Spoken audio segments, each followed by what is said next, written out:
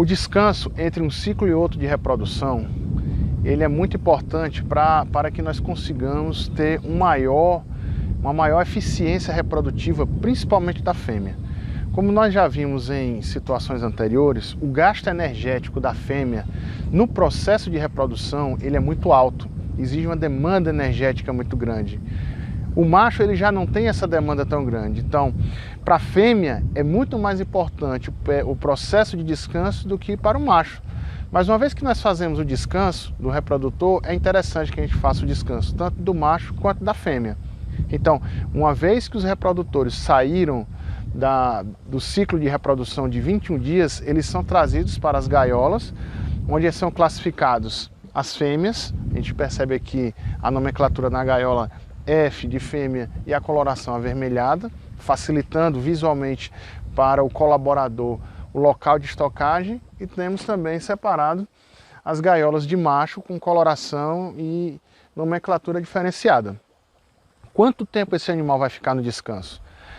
A gente costuma dizer que na aquicultura nós não temos uma receita de bolo, mas nós temos um indicativo de manejo que deve ser seguido. Então, para o descanso da fêmea, é interessante que nós trabalhamos aí pelo menos com 20 dias de descanso.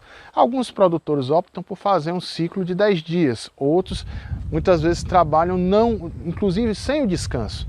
Mas particularmente eu gosto de fazer um descanso de 20 dias, que nós vamos conseguir aí um tempo bacana de descanso, não tão longo, não tão curto, e que a fêmea vai conseguir aí direcionar parte da sua energia da alimentação para a produção de óvulos.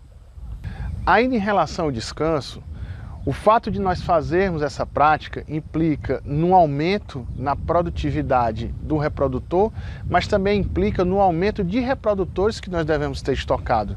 Então, se trabalhamos com o ciclo no viveiro de 21 dias, trabalhando também com a parte de tratamento do solo entre os cultivos e um descanso de 20 dias das fêmeas, a grosso modo isso implica que nós vamos ter sempre 2 plantéis de reprodutores dentro da nossa fazenda. Um plantel vai estar no ciclo de reprodução e o outro plantel vai estar no seu devido descanso.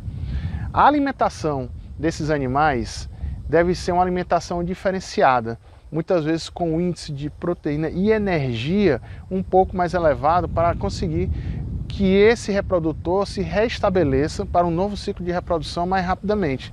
Mas a grosso modo nós podemos trabalhar com a ração de engorda da própria tilápia, trabalhar com a ração ou 32% ou mesmo 28% de proteína nesse período de descanso. O manejo alimentar vai depender muitas vezes do manejo da fazenda, mas em média nós observamos que nós vamos ter 3 alimentações por dia, e o índice de alimentação nós vamos trabalhar em torno de 1,5% a 2% da biomassa. Isso é um indicativo de quantidade, mas quem é que vai definir isso também? É o manejo do tratador. Ele vai ofertar ração e vai observar se o animal está tendo um consumo ideal dessa ração.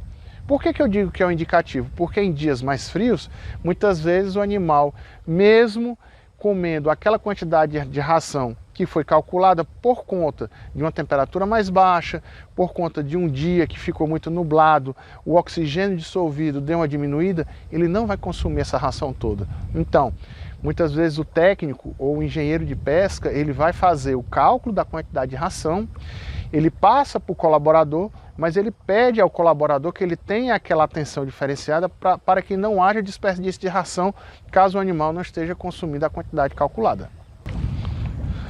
Quando se trabalha com mais de uma linhagem de tilápia dentro da fazenda, é muito importante também fazer a seleção dos seus reprodutores. No caso, nós temos alguns híbridos vermelhos aqui e também trabalhamos com tailandesa.